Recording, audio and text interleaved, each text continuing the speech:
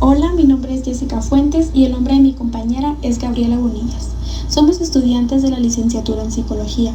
El presente trabajo es específicamente de la materia de Metodología 3, donde hablaremos un poco acerca de la construcción de instrumentos de medición y los pasos a seguir en la elaboración del mismo.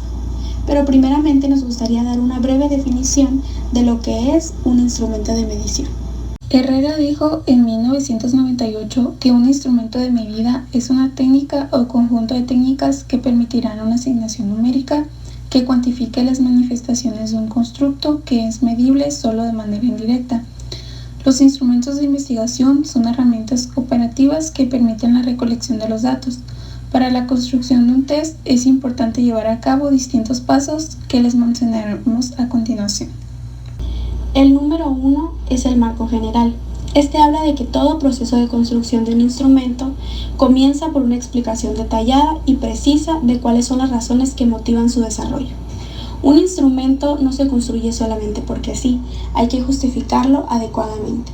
Asimismo, hay que delimitar con claridad cuál es la variable objeto de medición, cuál va a ser el contexto de aplicación, las circunstancias en las que se va a aplicar el instrumento, el tipo de aplicación, ya sea individual o colectiva, el formato de administración, como lo es el lápiz, papel o informática, y qué decisiones se van a tomar a partir de las puntuaciones, como la selección, el diagnóstico, etc.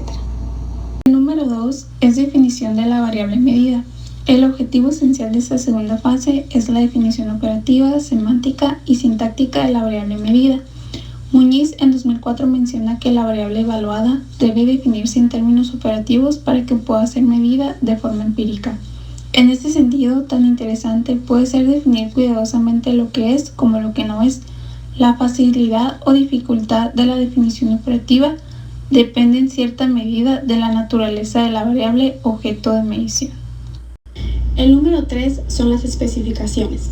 Una vez delimitados los propósitos de la evaluación y la definición operativa de la variable que interesa medir, se deben llevar a cabo determinadas especificaciones relacionadas con el instrumento de medida. En esta fase deben describir de forma detallada y precisa aspectos concernientes a los requerimientos de aplicación del instrumento: el tipo, el número, la longitud, el contenido y distribución de los ítems, especificaciones e instrucciones en la entrega del material y aspectos relacionados con la seguridad del mismo.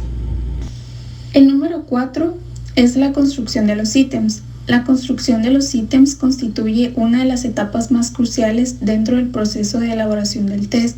Los ítems son la materia prima, los ladrillos a partir de los cuales se conforma un instrumento de evaluación, por lo que una construcción deficiente de los mismos incidirá en las propiedades métricas finales del instrumento de medida y en la validez de las inferencias que se hagan a partir de las puntuaciones. Muñiz en el 2005 menciona que los principios básicos que deben de regir la construcción de cualquier banco de ítems son la representatividad, la relevancia, la diversidad, la claridad, la sencillez y la comprensibilidad. El número 5 es la edición.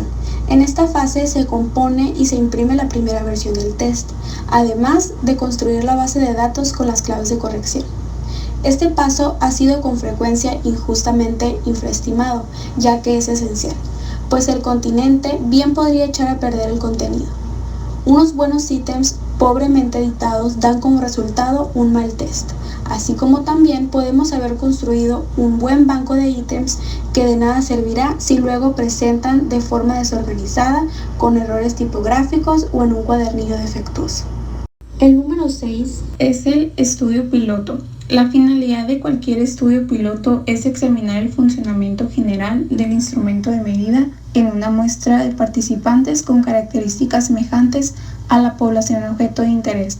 Esta fase es de suma importancia ya que permite detectar, evitar y corregir posibles errores, así como llevar a cabo una primera comprobación del funcionamiento del test en contexto aplicado.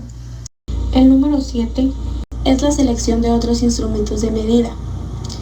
El OSUA en 2003 menciona que la selección adecuada de otros instrumentos de evaluación permite recoger evidencias a favor de la validez de las puntuaciones de los participantes. Es interesante que no se pierde el norte, la finalidad Última de todo proceso de construcción de instrumentos de medida es siempre obtener evidencias de validez. El número 8 es la aplicación del test. En esta fase de estudio de campo se incluye la selección de la muestra, tipo, tamaño y procedimiento, la aplicación propiamente dicha del instrumento de medida a los participantes y el control de calidad y seguridad de la base de datos. La representatividad y generabilidad de los resultados depende en gran medida de que la muestra elegida sea realmente representativa de la población objeto de estudio. Elegir una muestra pertinente en cuanto a representatividad y tamaño es esencial. Si se falla en esto, lo demás va a quedar invalidado. El número 9 es las propiedades psicométricas. Una vez aplicado el test a la muestra de interés, se procede al estudio de las propiedades psicométricas de las puntuaciones del mismo. Análisis de los ítems, estimación de fiabilidad de las puntuaciones, obtención de evidencias de la fiabilidad, se refiere a la precisión de las puntuaciones, mientras que la validez se refiere a la calidad de las inferencias hechas a partir de las puntuaciones. El último paso es la versión final del test. En último lugar, se procede a la elaboración de versión definitiva del test. Se envía un informe de resultados a las partes legítimamente implicadas del proceso de evaluación y se elabora el manual que permitirá su utilización a otras personas o instituciones. El manual debe de recoger con todo detalle las características relevantes de la prueba. En conclusión, podemos decir que el diseño de instrumentos y sus correspondientes ítems, ya sea para evaluación o pruebas académicas, deben pasar por todo el proceso anterior para asegurar que la información que se obtenga sea válida y permita una efectiva toma de decisiones. Muchas gracias.